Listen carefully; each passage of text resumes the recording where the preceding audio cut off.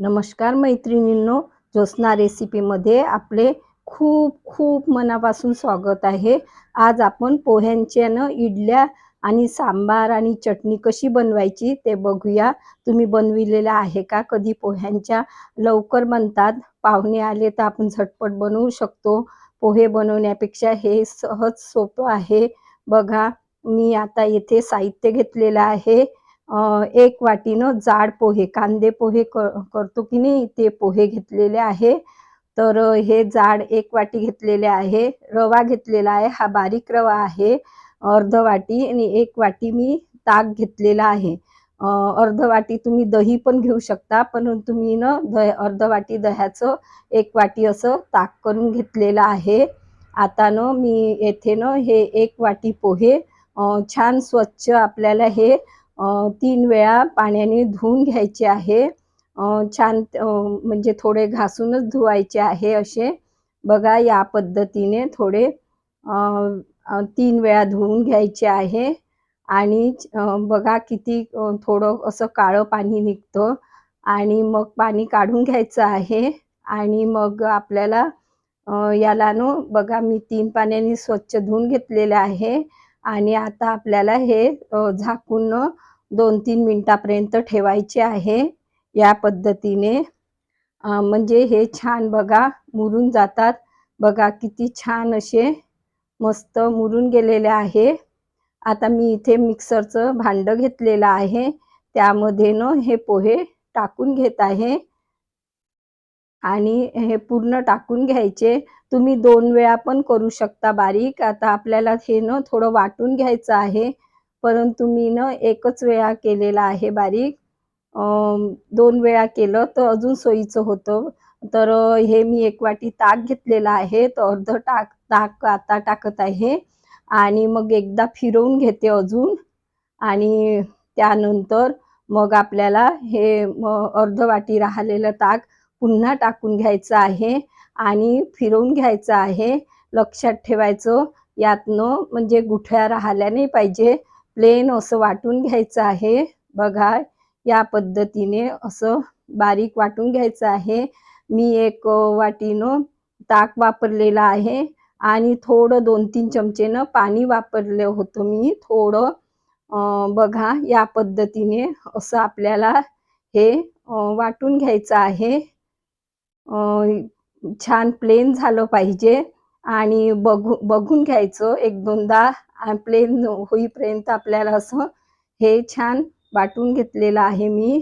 आता अर्ध वाटी आपल्याला यात रवा मिक्स करायचा आहे आणि छान असं मिक्स करून घ्यायचं आहे।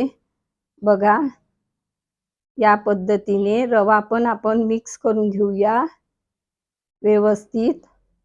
सगळा म्हणजे व्यवस्थित त्यात भिजला पाहिजे पोह्यांच्या मिश्रणामध्ये, आणि छान फेटून घ्यायचं आहे अशा पद्धतीने। बघा, मी छान असं मिक्स केलेलं आहे। आता मिक्सरच्या भांड्यातनं मी अर्ध वाटी पाणी घेतलेलं आहे आणि त्या पाणी ते टाकून घ्यायचं आहे। पाण्याचा अंदाज घेऊनच म्हणजे मिश्रण बघूनच अंदाज घ्यायचं पाण्याचं, आणि खूप पातळ करायचं नाही मिश्रण। बघा, मी आता हे मिक्स करून घेतलेलं आहे आणि झाकून आपल्याला हे मुरायला ठेवायचं आहे 5 मिनिटापर्यंत तरी। आता आपण इथे चटपटीत चटणी तयार करणार आहोत। मी पुदिना घेतलेला आहे आणि कोथिंबीर घेतलेली आहे आणि 1च मिरची घेतलेली आहे हिरवी, आणि हे चटपटीत शेव आणि फुटाण्याच्या डाळ्या नाही का त्या, जिरं आणि मीठ घेतलेलं आहे, 1 चम्मच जिरं आहे। आता आपल्याला यात चटणी बनवायची आहे, तर हे सगळं टाकून घ्यायचं आहे। कोथिंबीर, पुदिना, मिरची आणि ह्या शेव टाकून घेतलेल्या आहे मी, आणि ह्या डाळ्या पण टाकून घ्यायच्या आहे, जिरं आणि मीठ। इतकी छान चटणी तयार होते आणि ही खूपच छान चटपटीत अशी। आता ना तुम्हाला गोड आंबट चवी आवडत असेल तर मी थोडी इथे ना साखर टाकलेली आहे, तर तुम्ही टाकू शकता। नसेल आवडत तर नाही टाकली तरी चालतं।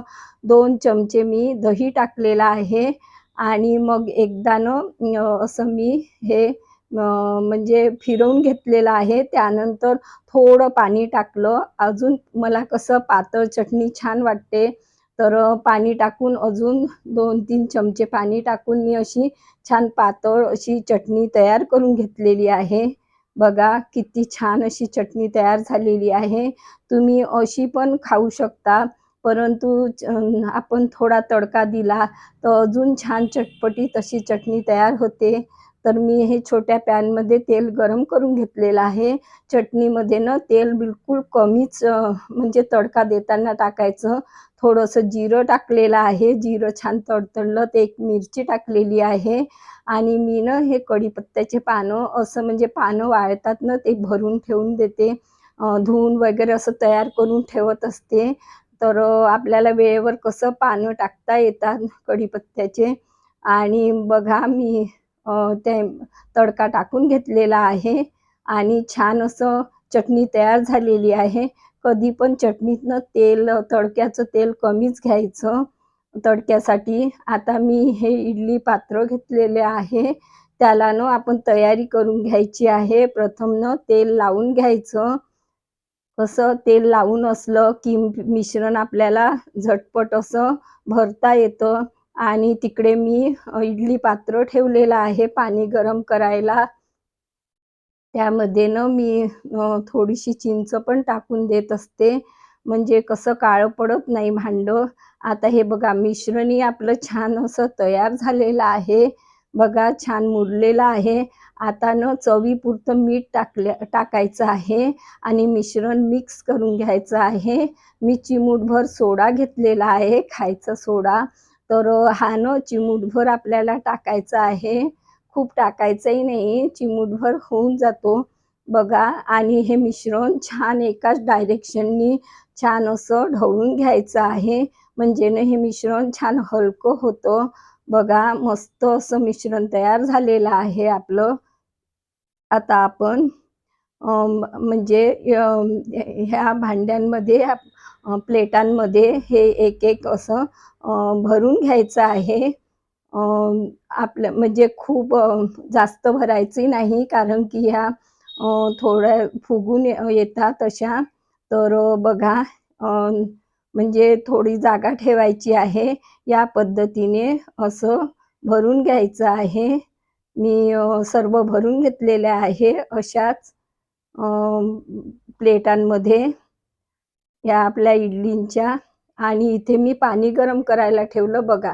यात चिंच टाकलेली आहे.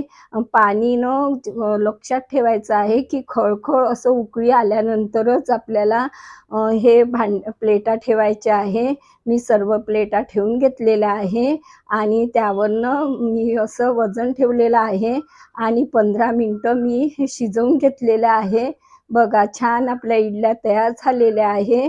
आता मी ना या थंड झाल्यानंतर अशा काढून घेत आहे. मस्त मऊ लुसलुशीत आणि झटपट होणाऱ्या इडल्या आहेत या. आणि चवीला तर इतक्या छान झालेल्या होत्या ना, खरंच माझ्याकडे तर मुलांना खूप आवडल्या. तर या पद्धतीने आपण वेळेवर कसं बनवू शकतो. बघा मी सर्व काढून घेतलेले आहे आणि इथे अ, थंड झाल्यानंतरच काढायच्या. बघा पूर्ण काढलेल्या आहे आणि एक प्लेटमध्ये सर्व्ह करून घेतलेलं आहे. सांबार आणि आपली चटणी, इडली बघा खूप मस्त अशी चवीला अप्रतिम झालेली होती. तर तुम्ही नक्की करून बघा. कशी वाटली तुम्हाला माझी पद्धत? नक्की ट्राय करा आणि कमेंट्स करून कळवा. पुन्हा भेटू नवीन व्हिडिओसोबत. तोपर्यंत मस्त राहा, खुश राहा, आनंदी राहा, हेल्दी राहा. नवीन नवीन पदार्थ बनवून खा.